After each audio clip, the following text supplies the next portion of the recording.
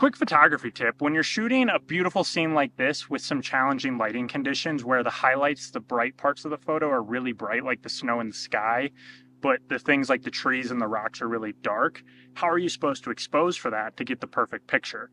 Well, it depends on the camera you're shooting with. Most of you are probably shooting on digital cameras, and in a scenario like that, what you'd want to do is slightly underexpose.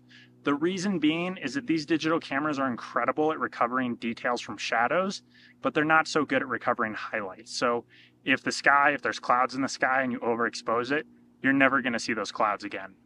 Whereas if you're shooting with film, it's the exact opposite, specifically with negative film. You want to slightly overexpose it because the film is not very good at recovering shadows, but incredible with highlights.